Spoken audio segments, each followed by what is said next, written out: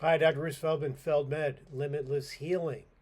So, when you get injured, should we consider rice or meat? What? So, let's say you sprain your ankle, right? And when I was a kid, basically what you would do is you would stop doing whatever you're doing. You would put ice on it, you'd compress it, squeeze it a little bit, and elevate it. Seemed like a good plan. Study came out in 1978 and suggested that that was the right thing to do. Well, it turns out that over the last few years, it's been shown that that's not the right thing to do. In fact, ice does very little, if anything, to help, and it may actually slow improvement. Yes, it can make you numb so that it controls pain, and you may want to consider that on some level, but actually, ice slows recovery. Compression can slow recovery, though it's not definitive. And then elevation, again, doesn't really help anything. And not moving that joint will actually cause additional difficulties. So rice is out, which is good for the non-vegetarian because now we're on to meat. Has nothing to do with meat.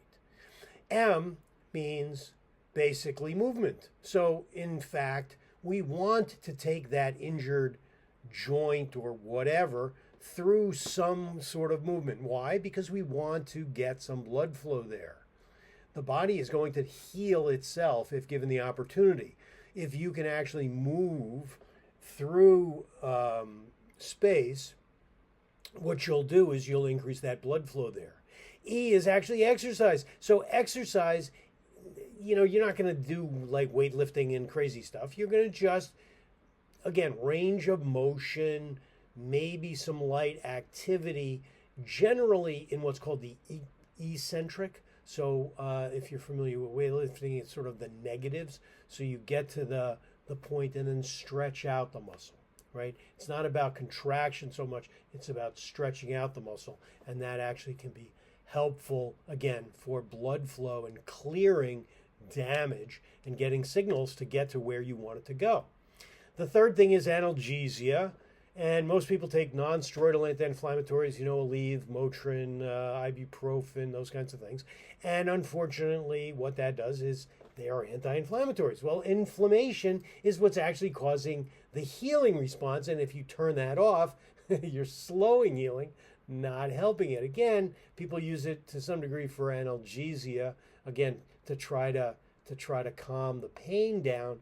But Tylenol might be more effective. Again, with a note that too much Tylenol can screw up your liver, so you don't want to take an extraordinary amount of that, but it can be helpful in that regard. T is for treatment. So if you need a surgery or you need something repaired, that would go along those lines. But things like ultrasound or other sorts of stimulation things can be helpful as well. Now, what does this actually mean? Well, things like a sauna, hot water immersion. And by the way, the study was at 107 degrees. That's pretty hot. If you've ever been in a hot tub at 107 degrees, you're not there very long. But if you do it on an area rather than the whole body, it's better tolerated. Again, ice can be effective for analgesia. You want to calm the pain down.